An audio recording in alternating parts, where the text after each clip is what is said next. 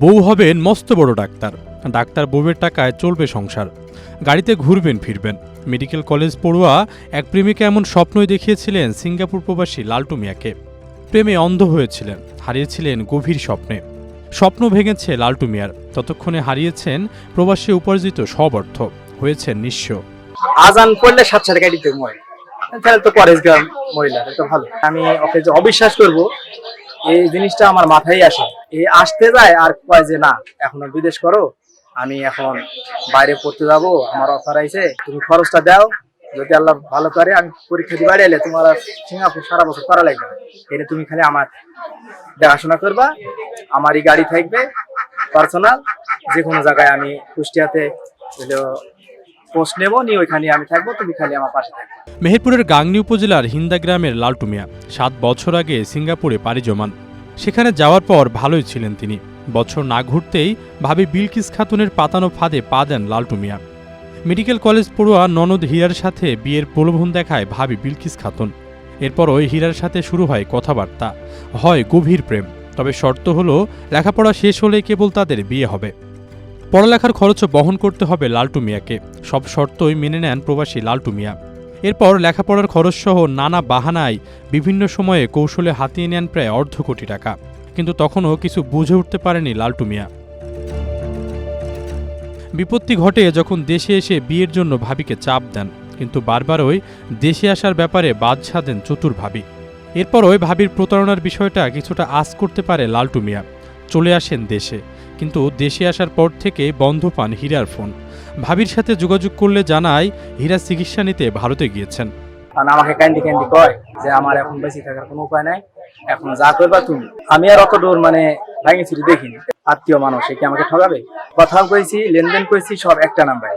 এতক্ষণে সবকিছু পরিষ্কার হয়েছেন লালটু মিয়া। তার বুঝতে বাকি নেই হীরা সেজে তার সাথে প্রেম করেছিল ভাবি বিলকিস বেগম। এরপর থানায় সাধারণ ডায়েরি করেন তিনি। পরে বেরিয়ে আসে চাঞ্চল্যকর তথ্য। মূলত হীরার পরিচয় দিয়ে লালটুর থেকে টাকা হাতিয়ে নিতেন বিলকিস বেগম।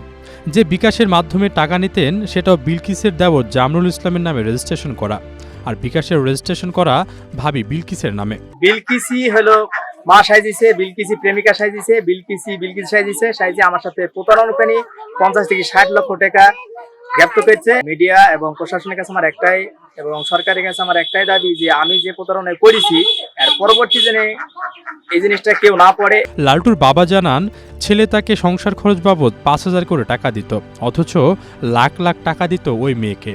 প্রেমিকা হীরা 7 বছর ধরে মোবাইল ফোনে কথা বলেছে লালটুর পরিবারের সাথে। যা চেয়েছে তাই দিয়েছে তারা, কিন্তু কখনোই তাদের সামনে আসেনি বলে জানান তারা। বিলকিস নামের মেয়েটা সব রকমের কথা বলিছে, আবার আমি যদি গিয়েছি তা আমাকে বলিছে হইলো ওই মেয়েটা আপনার বাড়িতে আসবে বড়মা, তে আপনি কিছু মনে করেন না, আপনি ও যা চায় আর আপনার ছেলে যা ইনকাম করছে ওকে লেখাপড়া করান। আমার ছেলের পরিচ্ছন্ন করার টাকা আমাদেরকে ছেলে 5,000 টাকা দিয়েছে।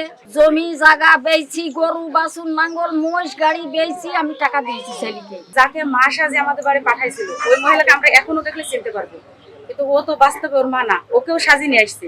ওই একটা মেয়েকে আমাদের বাসায় নিয়ে আসতো, আবার ওর বাড়িতেও রাখতো। আমার আব্বা যাই ওর বাড়িতে অনেক জিনিসপাতি দিয়ে আসছে।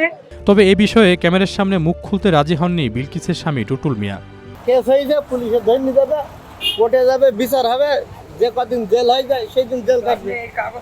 আমার নামে যদি কেস করে আমিও জেল কাটবো।